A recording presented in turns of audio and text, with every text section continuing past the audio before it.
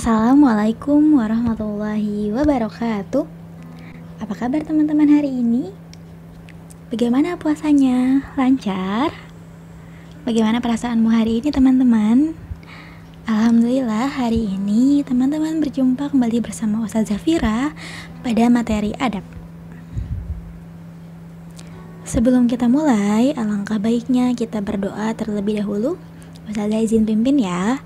Sikap berdoa, tangannya diangkat, kepalanya ditundukkan. Doa sebelum belajar. Bismillahirrahmanirrahim. Rabbi zidni ilman warzuqni fahman. Amin.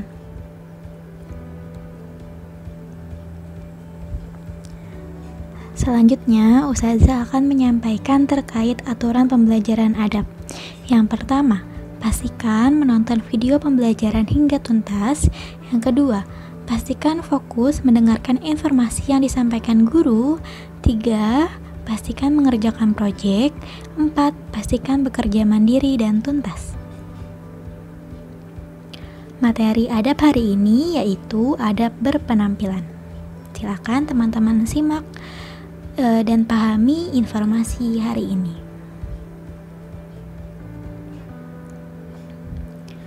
Allah SWT berfirman, sungguh kami telah menciptakan manusia dalam bentuk yang sebaik-baiknya. Dalam Quran Surat At-Tin ayat 4, Nabi Muhammad SAW bersabda, tidak akan masuk surga seseorang yang di dalam hatinya terdapat kesombongan sebesar debu atau biji. Ada seseorang yang bertanya, bagaimana dengan seseorang yang suka memakai baju dan sandal yang bagus? Beliau menjawab, sesungguhnya Allah itu indah dan menyukai keindahan. Sombong adalah menolak kebenaran dan meremehkan orang lain. Dalam hadis riwayat Muslim. Penampilan merupakan salah satu hal yang diperhatikan dalam Islam. Bagaimanapun, Islam sangat menjaga adab dan sopan santun dalam berpenampilan dan berpakaian. Rasulullah SAW bahkan menekankan perhatian dalam mendidik umatnya agar senantiasa memperhatikan penampilan. Hal ini dimaksudkan untuk membedakan penampilan mereka dengan umat yang lain. Sepantasnya pakaian dan penampilan seseorang atau muslim terlihat indah sesuai dengan kemampuannya.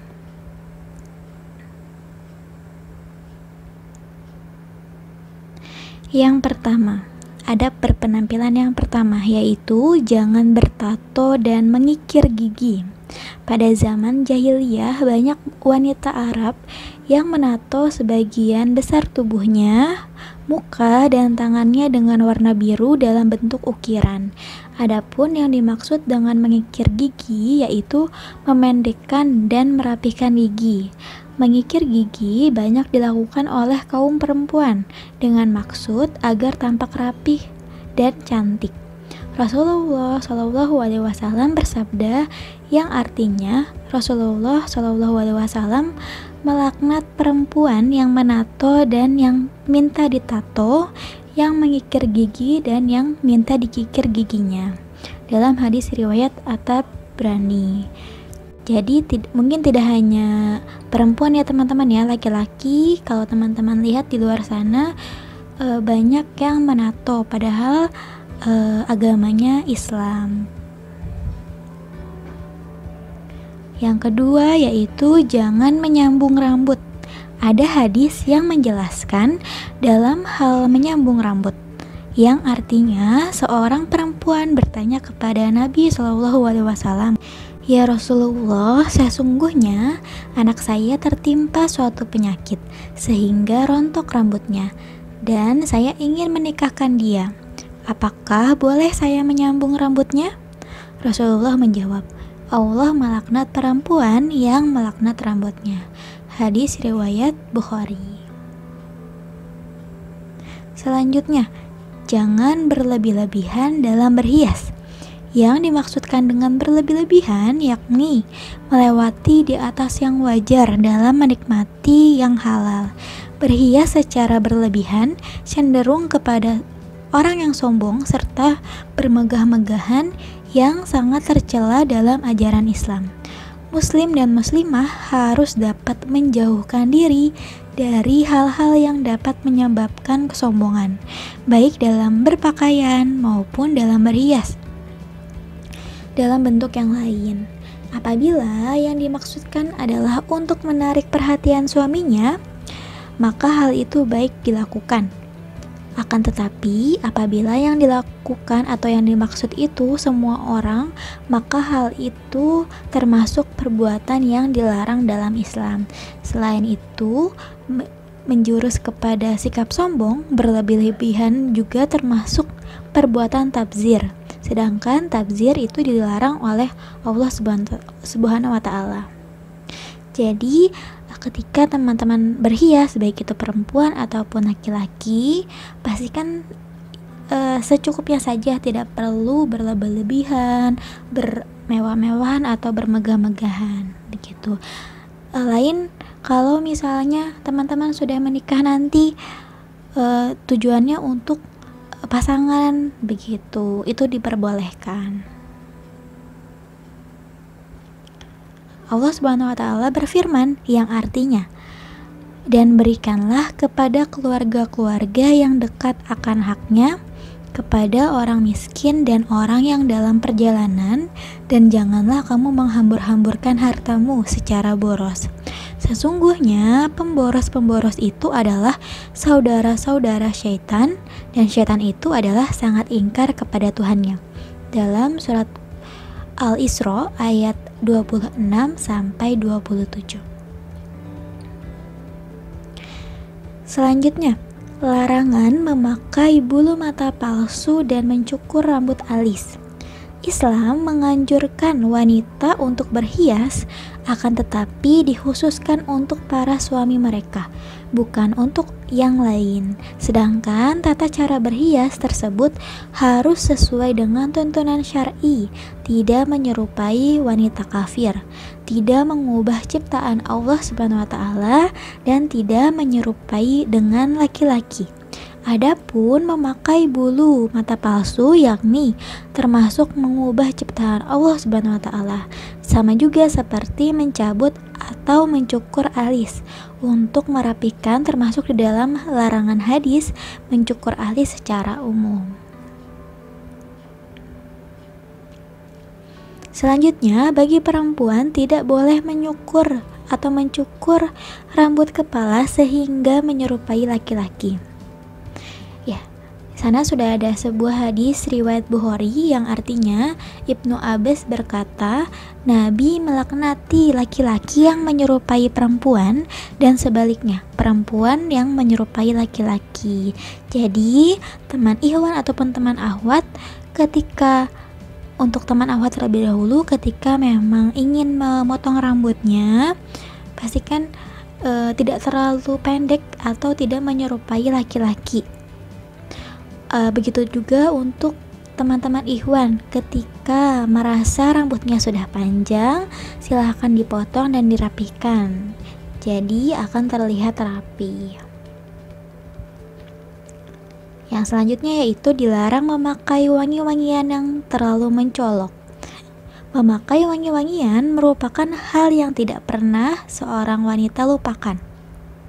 Namun, sebagai wanita muslimah, hal tersebut dilarang oleh agama Islam karena akan mengundang maksiat, apalagi jika wangi-wangian itu terlalu harum sehingga mudah tercium baunya oleh para lelaki. Sebagai wanita muslimah yang memakai wangi-wangian itu diperbolehkan, hanya saja jangan terlalu mencolok baunya dan jangan yang beralkohol, serta bau wangi-wangian itu hanya bisa tercium oleh kita dan sekitar kita lebih kurang dari 1 meter. Akan tetapi, jika tujuannya itu untuk menghilangkan bau yang tidak sedap di badan wanita tersebut, itu boleh menggunakan atau memakai wangi-wangian dengan syarat memakainya sesuai ketentuan yang tadi sudah disampaikan, tidak terlalu mencolok baunya dan tidak mengandung alkohol. Nabi Shallallahu Alaihi Wasallam bersabda, wewangian seorang laki-laki adalah yang tidak jelas warnanya tapi tampak bau harumnya. Sedangkan wewangian perempuan adalah yang warnanya jelas namun baunya tidak begitu nampak. Hadis riwayat Baihaqi. Selanjutnya, ketentuan memakai kontak lensa atau soft lens yang biasa dikenal. Fadlilatus Syaikh Sahli bin Fauzan Hafidahullah pernah ditanya tentang hukum memakai lensa mata berwarna yang tujuannya untuk mempercantik diri atau hiasan dan mengikuti gaya, di mana harga lensa tersebut tergolong mahal. Maka beliau menjawab sebagai berikut, yang artinya memakai lensa mata karena ada keperluan itu tidak apa-apa, diperbolehkan. Adapun jika ia memakainya tanpa ada satu keperluan, maka meninggalkannya lebih baik, khususnya jika harganya mahal. Karena hal itu terhitung sebagai perbuatan yang berlebih-lebihan yang diharamkan. Apalagi padanya ada unsur penyamaran dan penipuan karena ia telah menampakkan mata bukan pada hakikatnya atau sebenarnya atau warna yang asli tanpa ada keperluan gitu. Jadi mungkin untuk teman-teman masih belum menggunakan kontak lensa ya, nanti untuk teman-teman ketika dewasa, jika memang teman-teman tidak ada keperluan, sebaiknya tidak perlu menggunakan kontak lensa. Kalau misalnya memang teman-teman minus, plus, atau silinder, itu berarti teman-teman memang punya keperluan untuk menggunakan kontak lensa, begitu. Selanjutnya, merapikan rambut. Bahwa Islam tidak melarang seseorang untuk berambut panjang, namun Islam benci dengan penampilan yang kusut, tidak rapih, berantakan, sehingga menjadikan wajah yang tampan menjadi mengerikan atau wajah yang cantik rupawan menjadi menakutkan. Rasulullah SAW bersabda yang artinya, barang siapa memiliki rambut panjang maka hendaknya dia memuliakan rambutnya atau merawatnya dengan baik. Hadis riwayat Abu Dawud. Jadi bagi teman-teman ikhwan yang sudah merasa rambutnya sudah panjang, berantakan, sudah melewati batas yang sudah diinformasikan dari sekolah, berarti sebaiknya teman-teman potong, rapihkan agar terlihat rapih, terlihat lebih tampan lagi. Nah, untuk teman-teman ahwat, jika memang teman-teman rambutnya panjang ataupun pendek, tetap dirawat rambutnya walaupun kita menggunakan kerudung. Selanjutnya, mulai menyisir rambut dari sebelah kanan. Ummul Mukminin Aisyah radhiyallahu anha berkata, Nabi SAW suka memulai dari sebelah kanan ketika mengenakan sandal, menyisir rambut, bersuci, dan dalam segala aktivitasnya. Dalam hadis riwayat Bukhari. Tidak boleh mencukur sebagian rambut. Sahabat Abdullah bin Umar radhiyallahu anhuma berkata, aku mendengar Rasulullah SAW melarang dari qaza atau mencukur sebagian rambut kepala dan membiarkan sebagian yang lain. Ubaidullah berkata, aku bertanya, apakah qaza itu? Ubaidullah lalu mengisyaratkan kepada kami sambil berkata, jika rambut anak kecil dicukur, lalu membiarkan sebagian yang ini, dan yang ini. Ubaidullah menunjukkan kepada kami pada ubun-ubun dan samping atau kanan kiri kepalanya. Ditanyakan kepada Ubaidullah, apakah hal itu berlaku untuk anak laki-laki dan perempuan? Dia menjawab, aku tidak tahu yang seperti ini. Penanya bertanya lagi, apakah khusus untuk anak laki-laki? Ubaidullah mengatakan, pertanyaan itu pernah juga aku ulangi kepada syekhku. Lalu dia berkata, dan boleh membiarkan rambut depan kepala dan rambut tengkuk bagi anak-anak. Akan tetapi maksud qaza adalah membiarkan sebagian rambut yang ada di ubun-ubun sehingga di kepala hanya tersisa itu. Begitu pula dengan memangkas rambut kepalanya ini dan ini. Hadis riwayat Bukhari. Baik teman-teman, selanjutnya di sini ada informasi tambahan. Jadi, kaza adalah jenis potongan rambut yang tidak merata. Karena cara memotongnya dengan mencukur sebagiannya saja dan sebagiannya yang lain tidak dicukur atau dicukur dengan ukuran yang tidak seimbang, sehingga menghasilkan tampilan rambut yang tidak rapi. Di sini di bagian bawah ada contoh-contoh gaya rambut, potongan gaya rambut yang menyerupai bentuk potongan rambut koza. Jadi bagi teman-teman ikhwan khususnya yang merasa pernah memotong rambutnya seperti ini, sebaiknya teman-teman untuk kedepannya tidak perlu memotong rambut seperti ini lagi. Jadi teman-teman cukup memotong rambut yang memang ketika sebelah kanan dipotong, sebelah kiri juga dipotong. Jadi jangan dibiarkan sebagiannya dipotong, sebagiannya tidak. Jadi karena Rasulullah SAW bersabda, siapa yang menyerupai suatu kaum maka ia termasuk golongan mereka. Jadi Rasulullah SAW melarang potongan rambut koza ini. Ya, jadi teman-teman ikhwan boleh diperbaiki ketika teman-teman memotong rambut.